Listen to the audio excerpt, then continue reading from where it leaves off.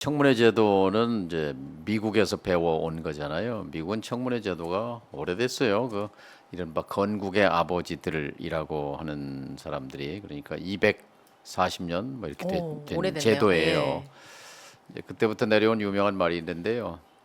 청문회 누구나 지명될 수 있지만 아무나 임명되는 것은 아니다. 그러니까 그만큼 청문회 제도가 엄격하다는 예. 얘기인데 이게 상원의 독점적 권한이에요. 미국 상원에. 미국 상원의원 100명이거든요. 하원의원 435명인데 근데 주요 공직 1200개 자리는 상원에서 동의받지 못하면 예. 임명할 수가 없어요. 그러니까 대통령제 아래서 그러니까 이 건국의 아버지들이라는 사람들은 대통령이 선출된 왕이 돼서는 안 된다. 그렇게 해서 인사권을 상원에 몰아줌으로써 견제를 예. 하고 그 밖에도 미국 의회는 막강해요. 입법권. 그러니까 미국의 대통령은 법안 제출권이 없어요. 한국의 윤석열 대통령은 법안 내서 국무회의 통과하면 이 국회로 오거든요. 입법권은 국회에만 오롯이 속하는 거고 예산권, 예. 예산 편성권이 국회에 있습니다. 거기다가 감사원이 국회에 있습니다. 미국의 그래서, 경우에요. 예. 예. 그래서 입법, 행정, 감사. 사법 예. 이게 삼권 분립이 견제와 균형이 튼튼하게 돼 있는 거죠. 제가 이런 얘기 했습니다. 지금 금방 예.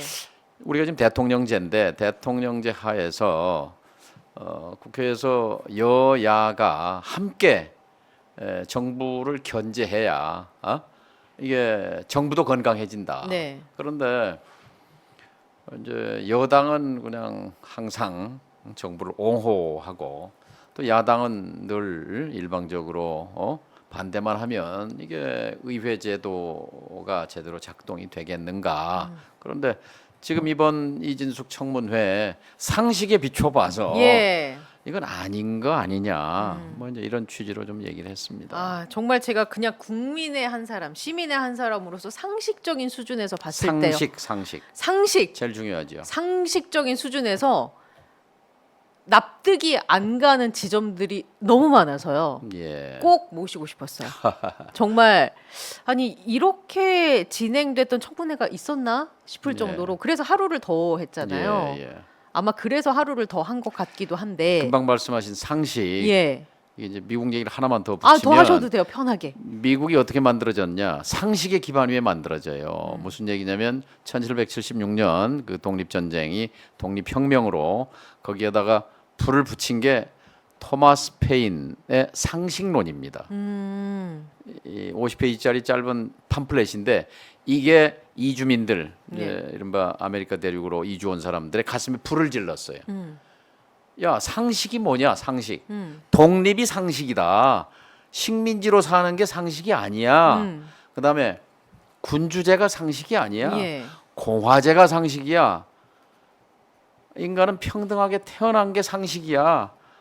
왜 독립이 상식인데 이러고 있냐?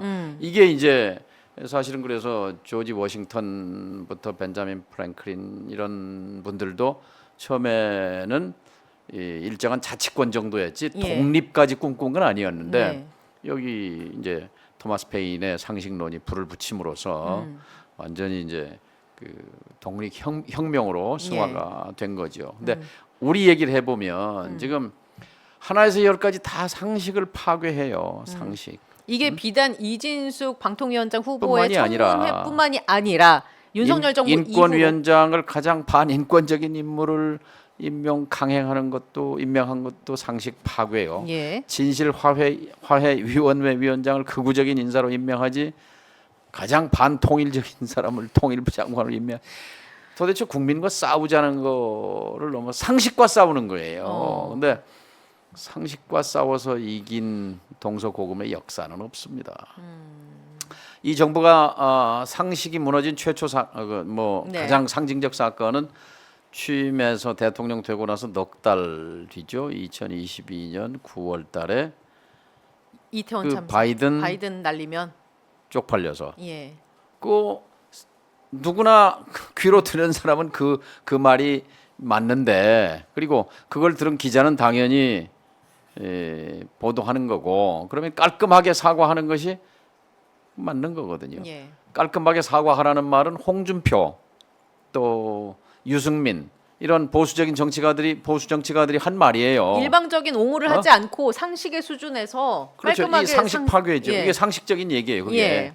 그런데 상식을 그러니까 이제 이제 두 손으로 이제 눈을 가리면 하늘이 가려진다고 생각하는 건데 거기서부터 비극은 시작된 것 같아요. 거기서부터 비극이 시작됐고 지금 사회 전반적으로 예, 상식 파괴. 상식 파괴 사회다. 예. 그렇게 정의를 하시는 거고요. 이제 이진숙 예. 후보자 임명도 상식에서 벗어났죠. 첫째, 현역 정치인이에요 사실상. 그렇게 2000년에 보시는군요. 경선에서 예. 국회의원 출마 경선에서 탈락했죠.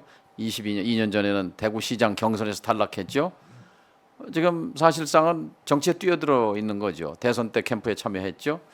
그런데 방송통신위원장은 어쨌든 방송통신위원회 법에 근거해서 이제 위원회를 구성하는 거고 위원장이 임명되는 건데 또 그 위에 또 이제 방송법 거기에 제일 많이 나오는 키워드가 뭐냐면요. 방송의 독립성입니다. 독립성. 예. 중립성입니다. 공익성입니다. 그래서 이거를 국무총리가 행정각부를 통할하는데 방송통신위원회는 총리 통할을 받지 않습니다. 합의제 행정기구예요. 예. 합의제. 그러니까 여당 야당도 추천하고 해서 5명으로 구성을 해서 합의해서 독립성과 중립성과 공익성을 구현해라 하는 얘기인데 여기에 현역 정치인 가장 구구적인 인사를 이 자리에 임명한 것 자체가 상식을 훨씬 뛰어넘는 거죠. 비극입니다. 반상식적인 정치인, 특정 그렇죠. 이념을 가진 정치인을 정치인이 그 자리에 임명했다는 것은 그 후보 캠프에 있는 사람을 예.